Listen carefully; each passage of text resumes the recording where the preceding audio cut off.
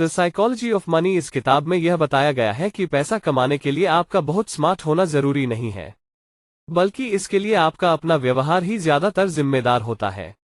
हालांकि हमें अक्सर सिखाया जाता है कि पैसा कमाने के बहुत से रूल्स होते हैं, लेकिन असल जिंदगी में पैसे रूल्स से नहीं बल्कि इमोशन से कमाए जाते हैं। चलिए दोस्तों, इसे एग्जाम्पल 1 और एग्जाम्पल 2 के माध्यम से समझने का कोशिश करते हैं। रोनाल्ड रीड एक गरीब किसान के परिवार में पले बड़े। वो रोजाना 4 मील चलकर स्कूल जाते थे। रोनाल्ड रीड 25 साल तक एक पेट्रोल पंप पे आम आदमी की तरह काम किया। उन्होंने 17 साल तक जेसी पेनी में चौकीदार का काम किया। वो एक साधारण से घर में रहते थे। सन 2014 में जब रोनाल्ड रीड की डेथ हुई, तब लोगों को मालूम हुआ कि उनकी नेट वर्थ कुल $8 मिलियन थी। उस महान इंसान ने कुल $4.8 मिलियन एक हॉस्पिटल को और $1.2 मिलियन एक लाइब्रेरी को दिए जाए, ऐसा अपने वसीयतनामा में लिखा था, और बाकी के $2 मिलियन उनके सौतेले बेटे को दिया गया। दोस्तों, आप सोचते होंगे कि एक आम आदमी जिसके पास ना कोई खास डिग्री थी, ना कोई बहुत बड़ी नौकरी थी, फिर भी उसने करोड़ों रुपए कैसे बनाया और उन पैसों का दान करके इतिहास के पन्नों में अमर हो गया।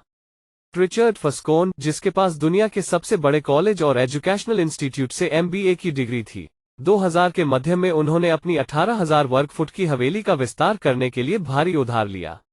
2008 में जो आर्थिक मंदी आई, उसके बाद जो हुआ वो उन्होंने कभी सोचा भी नहीं होगा। उन्हें बहुत सारा नुकसान हुआ, और इतना नुकसान कि वो बैंक से लिए हुए लोन को चुका ना सके।